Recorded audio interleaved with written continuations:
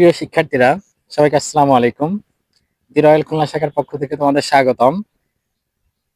আজকে আমরা আসছি, তোমরা সবাই দেখতে পাচ্ছ যে একটা সরিষা ক্ষেত্র। সরিষা এখন সবাই তোমরা এখানে বিভিন্ন জন ছবি তুলতে আসে। আমাদের সরিষা ক্ষেত্রে এক একজনের ক্ষেত্রে আসলে এক এক রকম জিনিস। আমরা অনেকে ছবি তোলার জন্য এটা ব্যবহার করি। যারা চাষি তারা কি সরিষা থেকে সরিষা পায়, সরিষা থেকে সরিষার তেল হয়। হ্যাঁ, অনেকের কাছে সরিষা কি তোমার ছবি তোলার জায়গা। আর আমাদের যারা সায়েন্সের স্টুডেন্ট আমরা আছি, আমাদের জন্য সরিষা পড়াশোনার জায়গা। তোমরা সবাই যারা বোটানির যারা 7 অধ্যায় পড়ছো, তুমি ওই অধ্যায় দেখবা সরিষা তোমার কাছে কি।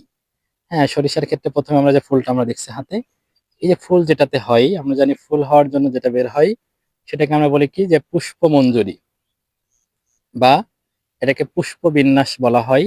যেটা তোমরা পড়ছো যে দুই ভাগে ভাগ করি আমরা, একটা ছিল কি রেসিমস আর একটা ছিল সাইমস। সেই রেসিমসের মধ্যে কি বলা হচ্ছিল যে রেসিমস যেটা, সেটা হচ্ছে অনিয়তভাবে বর্ধনশীল, আর যেটা সাইমস সেটা হচ্ছে নিয়ত বর্ধনশীল। আমরা পড়ছিলাম সাইমসের মধ্যে একটাই ছিল জবা, রেসিমসের মধ্যে কয়েকটা ভাগ পাইছিল, একটা রেসিম ছিল, স্পাইক ছিল, স্পাইক লেট ক্যাপিচুলাম। এর মধ্যে আমরা পড়ছি যে রেসিমসের মধ্যে যে রেসিম ছিল সেটা হচ্ছে এই সরিষা। এটা অনিয়তভাবে পুষ্পবিন্যাসটা হয়, সেখানে এর পুষ্পমঞ্জরি বা পুষ্পবিন্যাস তাহলে আমরা মনে রাখবো কি রেসিম। আবার যখন তোমাকে পুষ্পপত্র বিন্যাস বলা হবে, অর্থাৎ এদের যে ফুলগুলা হয়, এদের যে এস্টিভেশন, হ্যাঁ, তাহলে দলমন্ডল গুলো কিভাবে থাকে, পাপড়িগুলা, এই এস্টিভেশন বা পুষ্পপত্র বিন্যাস বললে তখন তোমরা মনে রাখবে কি কুইন কানসিয়াল। তোমরা কুইন কানসিয়াল দুইটা জিনিস পাইছিলে, একটা হচ্ছে সরিষা, তার সাথে একটা পেয়ারা। তো তোমরা কুইন শব্দে মনে রাখতে পারো যে কুইনতে কুইন কানসিয়াল, শপের আমরা পড়ছি দন্তার সাথে সরিষা, পথ হচ্ছে পেয়ারা। আবার তোমরাই পড়ছিলা সরিষার যে ফুলটা, এটা কোন ধরনের ফুল।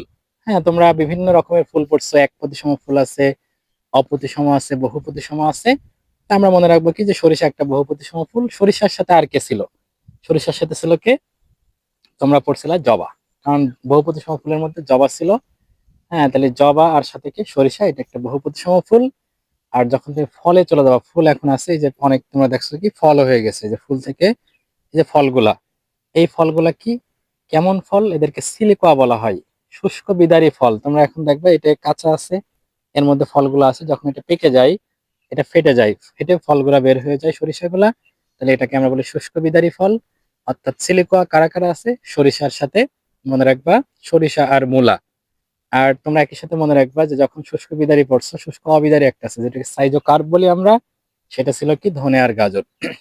তাহলে আমরা সরিষা সম্পর্কে যে জিনিসগুলো জানলাম, সরিষা মানেই তোমাকে আবার পরীক্ষার সময় অনেকে চোখে সরিষার ফুল দেখো, কিন্তু আমরা এই সরিষা দিয়ে চোখে সরিষার ফুল না দেখে আমরা আগেই সরিষার ফুল সম্পর্কে, ফল সম্পর্কে পড়ে ফেলবো, তাহলে আমাদের চোখে আর সরিষার ফুল দেখতে হবে না।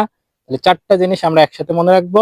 প্রথমে বলেছি পুষ্প বিন্যাস বা পুষ্পমঞ্জরি, কি বললাম? রেসিম।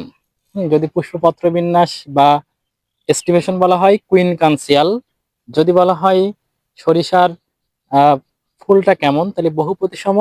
আর যদি বলা হয় তোমার ফলটা কেমন, তাহলে শুষ্ক বিদায়ী অর্থাৎ সিলিকোয়া। তাহলে আমরা এই জিনিসগুলো একসাথে মনে রাখবো। ধন্যবাদ সবাইকে, তোমরা সবাই এটা পড়ে ফেলবা।